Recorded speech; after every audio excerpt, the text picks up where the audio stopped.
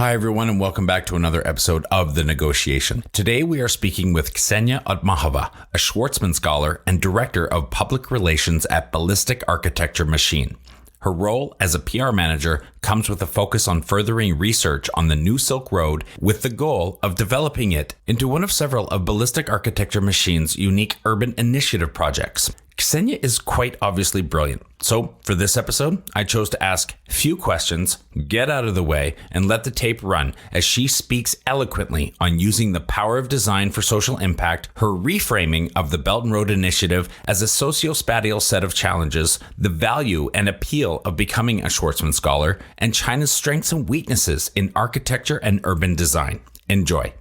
I think where China, I guess, is ahead due to that speed of developments and the experimentation is the realm of what we call smart cities and generally the topic of integration of the technology into the fabric of the city. And here I really mean smart cities in the definition of integrating technology. So China is very forward thinking in when it comes to like mobility and traffic control, other things like QR codes for games. Was recently in Shanghai, there was a QR code projected into the sky.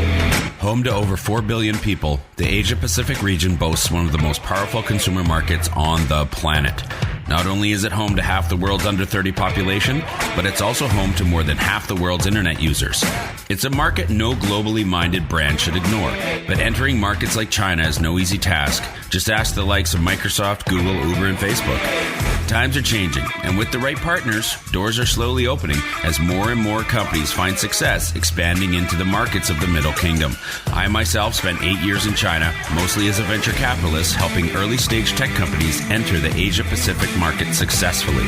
This show is dedicated to uncovering and examining successful China entry and growth strategies by interviewing the people behind those success stories. My name is Todd Embley, and welcome to The Negotiation, brought to you by WPIC Marketing and Technologies. Kseniya, welcome to the show. Thanks for coming on today. Well, thanks for having me. Would you mind giving a brief introduction of yourself, how you ended up in China and why, and how you decided to live there? I was born in Russia in the Samara region for most of the time till the age of 11, when I moved to the Netherlands, where I spent my teenage years and I studied architecture in the bachelor's and urban planning in the master's at the Delft University of Technology. And that's also how I first got to visit Asia. In 2012, I went on a 3-week trip with architects to China, and in 2014 to South Korea and Japan. That's how in 2016, during my master's, I decided to do an exchange semester in Asia. And originally my aim was for Japan because it's kind of like the mecca of design for architects. But generally I was aiming at Asia. And in the end, I got assigned to one of my other options, which was Tsinghua University in Beijing. And in a sense, I think that was a great coincidence. So I studied architecture there, and the exchange semester became an exchange year, during which I also found out about the Schwarzman program. In a sense, I think I faced 3 times the choice of going to China. First time was curiosity. Second and third time was already a sense that it's a very fascinating place, but also an understanding that there's so much to learn and discover, and that a 2-week trip or even 1 year of studies in a campus, that they weren't enough to understand the complexity and dynamics of this country. So I kept on coming back for more each time. And in that sense, China became like a cradle of my life as an adult, as a professional. So that's incredible. So you were a Schwarzman Scholar at Tsinghua University, which is an incredible achievement. That's really fantastic and amazing and really hard to do. For those who don't know, though, can you introduce what that is, what it means to be a Schwarzman Scholar, and what were some of the opportunities that have been presented to you as a result? In other words, why did you apply to do something so difficult, and what are the outcomes from it? Yeah, so to introduce very shortly, the Schwarzman program is a 1-year master's program in global affairs at the Tsinghua University of Beijing. It's a very young program this year, 6 years old. It's a scholarship that was created specifically to, respond to the geopolitical landscape of our current times. And that means China's growing interactions with businesses around the world, and also the realization of the founder, Steve Schwarzman, that there is not enough understanding of this region in the US among the professionals and among the leaders. So the success of international development has a lot to do with this understanding of China's role in the global trends that we're going through. The mission of the program in that sense is to build a global community of professionals that will serve to deepen this mutual understanding between China and between the rest of the world. The ambition is to create a cohort of more than 10,000 Schwarzman scholars over the next 50 years. So it's a very long-term vision. And currently we have 6 cohorts. We're recruiting the 7th.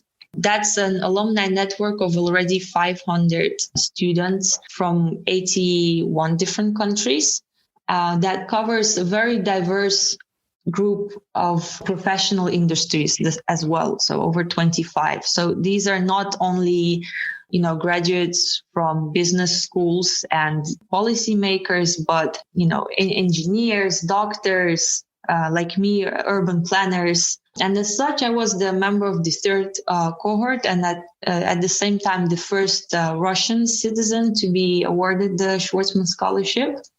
I found out about the program while studying at Tsinghua campus as an architect, and that was the first year of the program. So it was very imposing when it just landed on the campus. Who are these future global leaders? What do they do in that special building?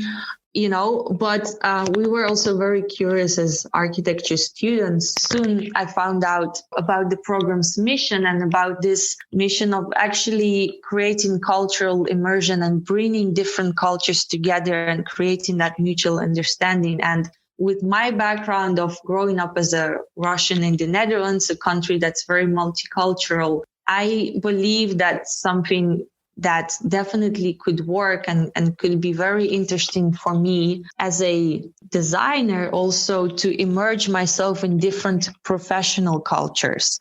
I learned in the architecture school and as an urban planner to create concepts and designs and ideas. And I had a strong desire to use design for social impact. That's what motivated me to study urban planning. Its potential to, benefit the community and the society through design. But I also understood that, proposing a concept is not enough. You need to be able to convince the stakeholders and understand where they are coming from as well. Schwarzman College was kind of this great opportunity to meet people, inspiring people from all over the world, to talk to them directly about issues going on in the world and discuss that with people with so many different backgrounds and perspectives that are at the same time very open-minded people. What is it about the program that makes people want to apply? Why is this program so special? Definitely the thing about the program is that you need to have a clear reason. And for me, I think my story and my reason for applying to the program was a lot about that. I, as a designer, as an urban planner, saw great value in broadening my horizons to understanding the global affairs, basically understanding the big driving forces that shape the world and that shape the developments. Because as an urban planner working with urbanization that in itself is also shaping these currents, it's kind of a chicken and an egg story. Do we shape our built environments, or does it shape us and shapes our thinking. So for me, that was always a fascinating aspect. And I realized that having learned design, having learned to propose concepts, what I was still missing or what I wanted to understand more is this global dynamics, but also how do decision makers think? What drives the thinking of a policymaker or an investor or an NGO or a future president?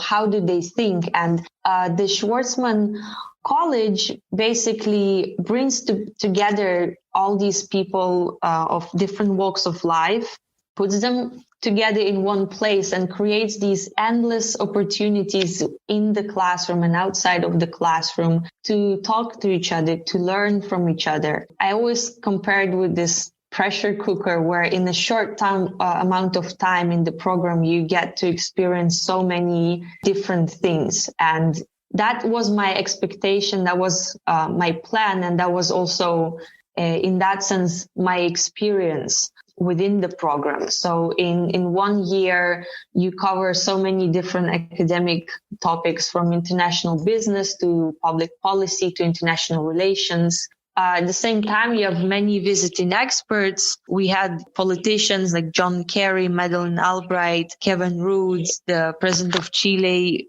visiting us over the course of that year. But at the same time, there were also people from tech industry or experts in China, like Jeff Won from AY came to listen to pitches for startups by scholars. We had Kai-Fu Lee deliver a lecture on future of AI. There are speakers that like Kaiser Kuo with his podcast that came, but also former chair of Sinopec, Hu Chen-yu, and, really great minds from all over the world, basically coming over to college and sharing their experience, sharing their knowledge directly with us. At the same time, the program also has this focus on really first-hand experience of China. A big element for that is the deep dive. So these are trips to cities in China. For example, in our year, there were trips to Chengdu, Xiamen, Shenzhen, where we got to visit Chinese companies like ByteDance, for example, or Tencent, and also meet the officials of these cities and really understand, what are the ambitions of these companies, what are their plans, what trends they see in China and the world, and how they think to react to it, and how the cities plan to develop. So I went to Chengdu and I was definitely blown away by the scale of the ambitions and developments they have there. But I think the most important aspect that also, needs to be emphasized in light of these big names are the students, the about 100 to 150 other scholars that you're with. All of them have their own story. All of them have their own unique background. And the way the life at the college is set up is that you have diverse opportunities of learning with each other during times like having a lunch or playing sports. But also the scholars are very invested in sharing their knowledge, their backgrounds with each other. So while we have the deep dives organized by the program itself to the Chinese cities, we also have student organized deep dives. As such, during my year, again, I've been to Hong Kong, where we got to meet and to talk with Carrie Lam at that time. And there was another trip to Singapore, where we met with Hun Sui Ki, the Minister of Finance. Besides that, there was just intense cultural immersion, and that definitely makes the program a very intense 1 year. A lot of experiences that you feel also even in the years after, you just keep on reflecting on them and keep on realizing how much, you really got to experience. That sounds like an incredible experience, and definitely a lot of memories and learnings that you will take with you throughout the rest of your life. Your master's thesis, you were afforded, I think, a very special opportunity given your Venn diagram of interest between architecture and urban planning, given that there was the Belt and Road Initiative. And that ended up being the kind of center of your thesis. And very interestingly, you reframed the Belt and Road Initiative as a socio-spatial set of challenges. Really the core theme being people-to-people ties that needed to be resolved. Yeah. Right.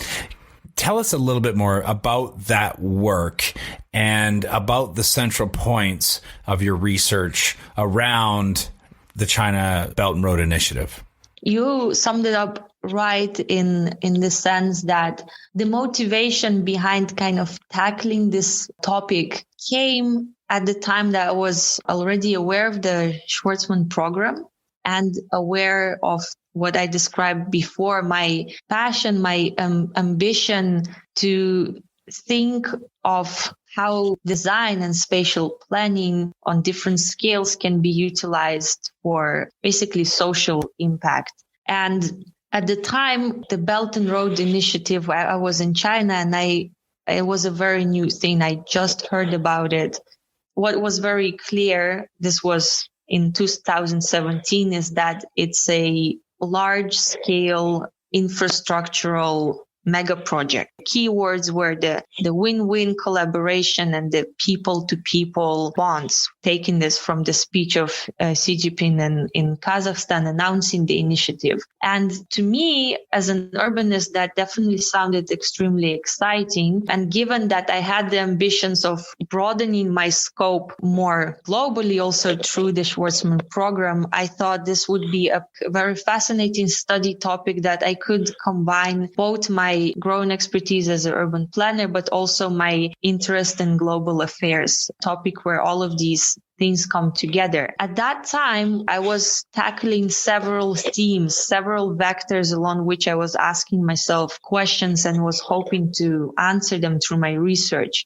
One of them was concerning directly these slogans of win-win and people-to-people bonds. So what is it, how is it the connecting and mediating cultures? How can we facilitate that? I definitely have a passion for, cross-cultural communication. That's what the Schwarzman program is a lot about. And I saw how much spaces we build and design can play a big role in that. To give a small example, on Tsinghua campus, it's a very big campus, and by numbers at that time, there were quite a lot of international students already that Tsinghua was attracting. However, there were few places where the international students and the Chinese students could literally run into each other. Classrooms sometimes were divided over different buildings or different floors. On the other hand, Schwarzman College building was an example of trying to do that differently and making a space where these different groups actually can coexist and share their learning and their experience in one physical place. And you start seeing how, you really need to create and design spaces that are meant for such interaction in order to facilitate such interaction. And now I gave examples of on a scale of a building, but the Belt and Road Initiative is a scale of an entire continent. So my question was, what does it mean to really build infrastructure for win-win collaboration and infrastructure that will create new people-to-people bonds? So the second aspect related to that was then this rapid urbanization versus the livable city. So the Belt and Road as a large-scale infrastructure mega project will cause and is causing another, leap of urbanization. And we've seen China and the world go through different waves of urbanization. And we are learning or trying to learn from the mistakes of copy pasting solutions and creating ghost towns. We're trying to solve these mistakes. So now that we have such a potentially big push in terms of finance and investments and literally manpower, making the effort of building the new Silk Road, how do we make sure we do that differently and we don't repeat the mistakes of rapid urbanization of the past? And that in itself brought up the third theme that I think became also the main contribution and the main point of my research, is that signifying the relevance of spatial design and planning for the development like the Belt and Road Initiative. I truly believe that the success of what the Belt and Road Initiative is trying to achieve depends on the built environments and on the ground conditions that are created. One research direction in urban planning called Happy Cities that emphasizes importance of creating good, happy living environments for people and how much, economic prosperity can come as a result out of that. This kind of was the initial starting point, and that's definitely was way too complex and way too many things to tackle in one master thesis. So what I did, I needed a case study to dive deeper into this. And as for urban design thesis, you need to also analyze and design an actual urban fabric. So I was interested in infrastructural developments that happened on previously basically untouched landscapes. And at that time also there were honestly only a few options that I could pick from because the Belt and Road just was initiated and there were only a few projects that started being built. And among them was Khorgos Gateway, a dry port on border of China and Kazakhstan that was quite heavily publicized as the first flagship project, China's gateway to the West. So in many ways, it symbolized the ambition behind the Belt and Road. China focusing westwards, developing its western frontiers, and kickstarting a new wave of globalization and trade. Actually, for the ones interested, there is a journalist, Wade Shepard, that traveled there and wrote a lot about this development and also has like a short documentary that really gives you a sense of what's going on in that region in terms of economy, but also in terms of people's life. I really recommend that. So Khorgos Gateway was, for me back then, a really good case study of trying to understand what is the Belt and Road about, what's happening, and what does it look like building the new Silk Road. However, although it was the best documented and the furthest developed project at that point, there was still very little that I could really find on the internet about it. So quickly I came to the conclusion that I have no other way than just going there and visiting it. And here comes another example, I think, of the great benefit of being a Schwarzman Scholar and being connected to that global network. I realized there is a Schwarzman Scholar from Kazakhstan in the first cohort with whom I got in touch. And it turned out that his hometown was right next to it, that he would be visiting it for Chinese New Year. And so basically on that call, we decided that I would come over as well. And I traveled to Khorgos Gateway and to the nearby city of Jarkent. And yeah, I had this amazing experience of seeing this development firsthand, visiting the dry port, visiting the surrounding villages and seeing how the life is out there, talking to local people about how they feel about it, what their hopes and concerns are. And that gave me a lot of insights, definitely, for my research. But also, I must say that as an perhaps naive, idealistic back then urbanism student, I was also quite shocked by what was happening there. Because while I was studying papers about smart cities and livable cities and green developments and how not to do the repetitive copy-paste buildings and ghost towns, what I saw being built there, the houses themselves, they were good. And it was good housing for the local people there and good opportunity for them to get new jobs and to develop. But the environment, the city themselves, the urban environment itself, it felt like a ghost town. There were no parks, there was no place for people to really enjoy life. And the young people of my age living in the surrounding areas, their reaction therefore was like, yes, definitely I could take a job in this town, but I would never want to live here.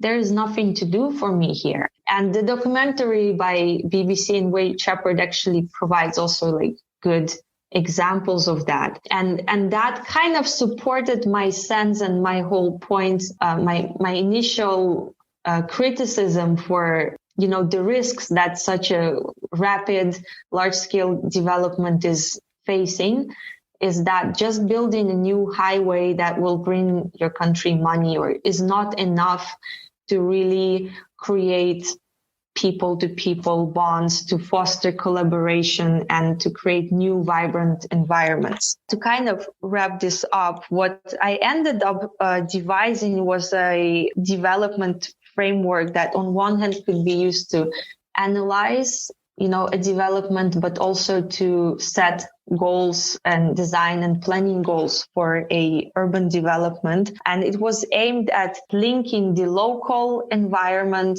with the global development. So the Belt and Road would have an agenda of its global developments, like economic goals, infrastructural goals, and the local environment, like a new town, would have its own local needs.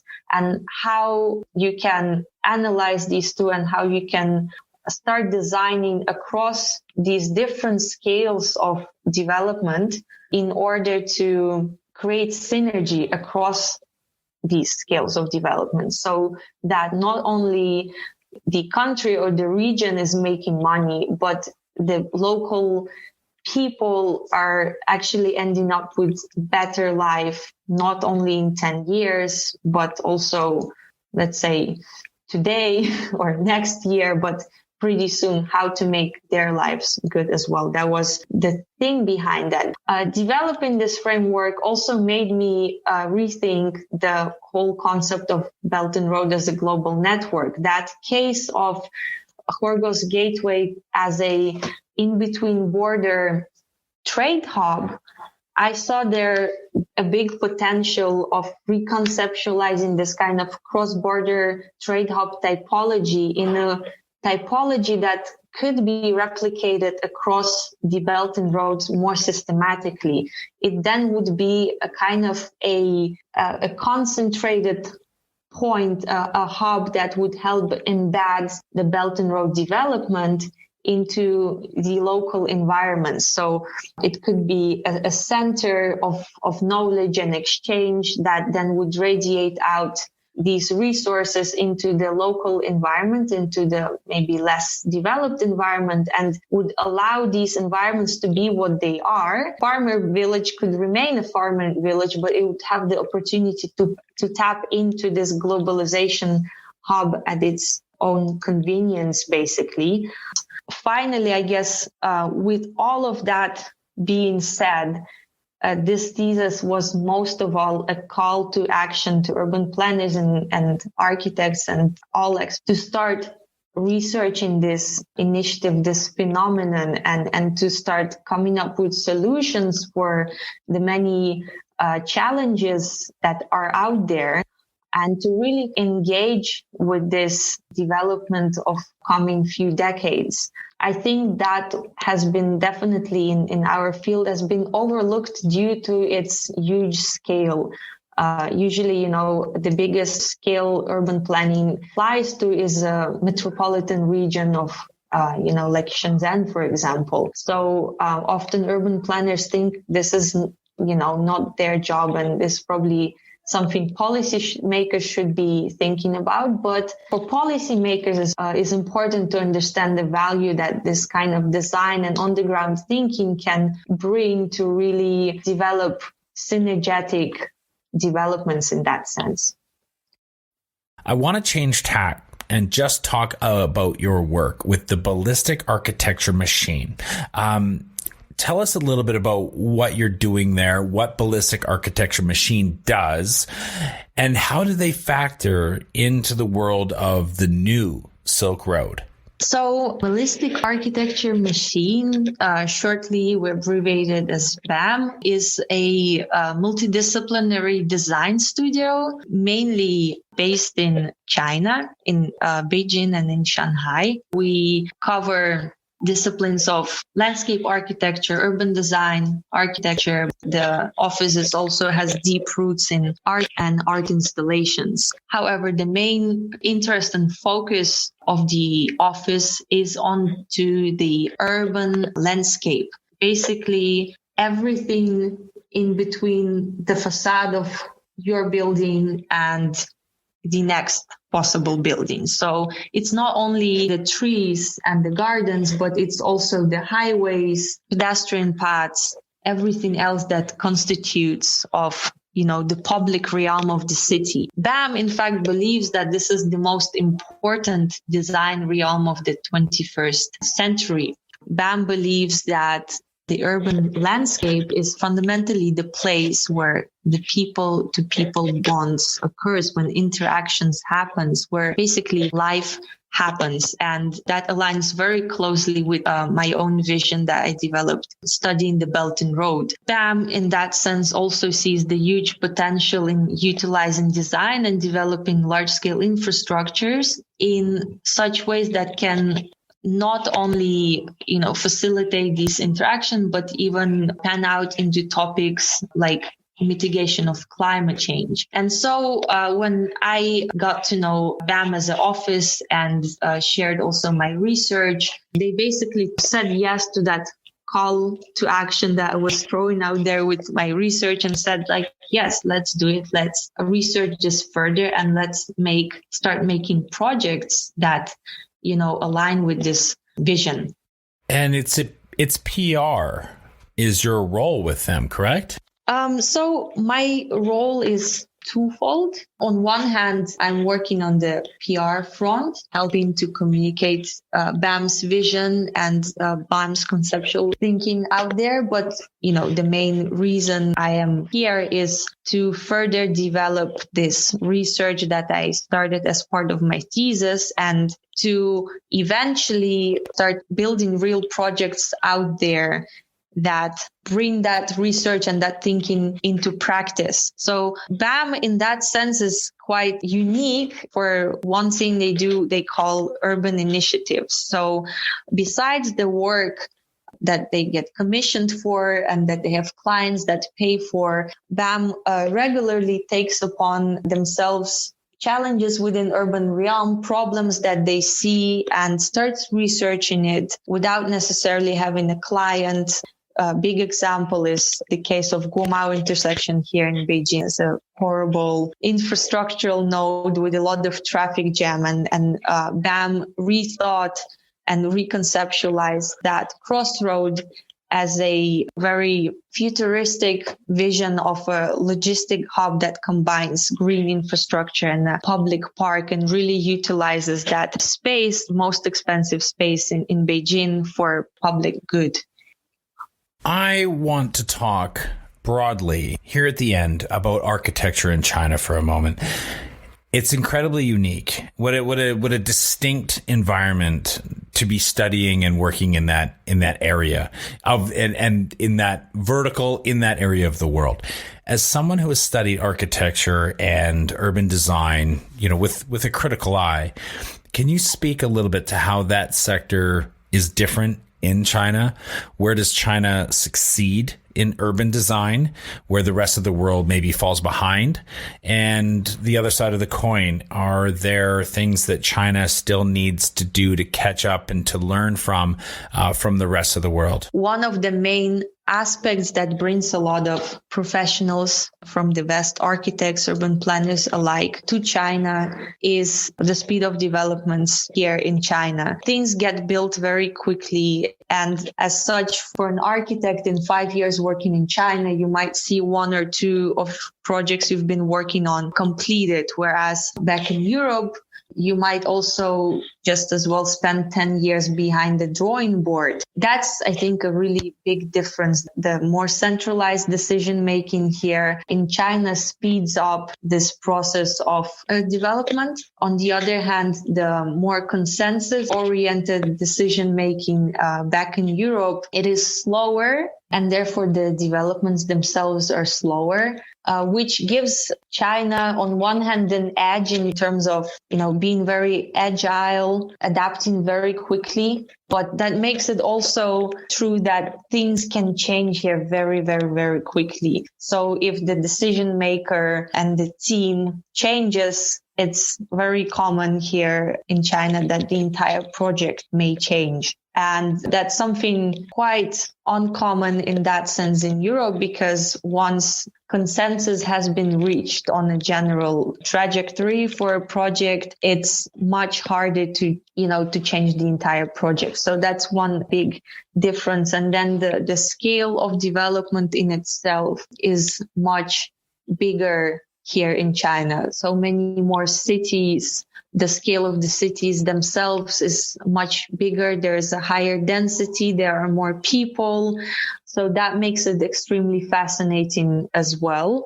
Another big difference is in the building quality. The speed and the scale of developments, it reflects that the building quality sometimes is not as good, or, mistakes are made. And generally, it's also always an internal struggle between the designer and the architect and the builder in that sense. However, there are countries like, Japan, or in Europe, it's Scandinavia, that God is in the details, we say. So the level of detailing of buildings and infrastructure is much higher. And that's definitely still a point of development for China that I think they will definitely develop on for sure.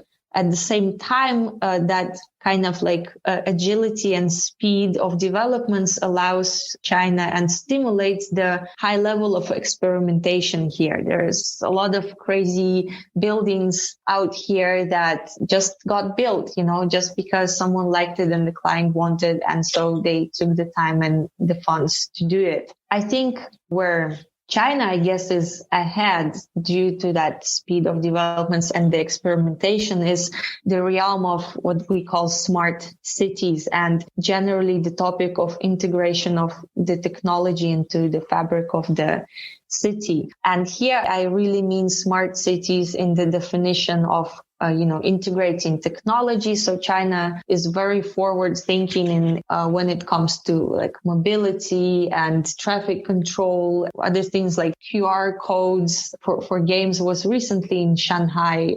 There was a QR code projected into the sky. That's, very futuristic and very exciting on the one hand. On the other hand, if we look at smart cities from a European definition, that emphasizes much more the livability, the walkability of city and the eye level experience, as we call it. And here, that's definitely another aspect where China still has a lot to catch up on and where they are very eager now to develop more on. There's definitely a big shift happening right now, I would say, from just building infrastructure towards emphasizing the quality of that eye-level experience of the city. And that really has to do also with the global trend of cities worldwide rather than countries competing for talents and trying to become the best experience kind of cities to attract these smart people from all over the world. Speaking of smart cities, do you think that the future, and it might not be the future, but maybe many of the different futures of architecture, whether it's design, planning, or simply just technology, do you think that some or all of that could be coming from or rooted in China in the next few years? I think some of it, the aspect I mentioned of technology integration into the city, definitely I expect a lot of innovation is already coming from China, and that will continue to be so. At the same time, I feel like the stage of development that China is in right now and the stage of development of cities that, for example, Europe is in, or Canada actually as an example, is actually a really forward-thinking country with a lot of innovative research in terms of really making happy cities, I would say, like in terms of social impact, in terms of livable cities. There's a lot of knowledge out there, especially in countries like Canada and the Netherlands. And so I think it will definitely be very interesting to watch how that's going to be, I think, the next step of what China is going to focus on, is making their cities really good cities and not just making a lot of big cities. Right. So I think it's definitely going to be very interesting how they're going to do that. And I expect also that in that sense, China will become more self-reliant on their own local experts, architects and urban planners that studied abroad, but that are Chinese, that went back to China and are bringing that knowledge and integrating their experience abroad and their knowledge they got there with the conditions and challenges of their own cities. I think it will be very exciting to watch.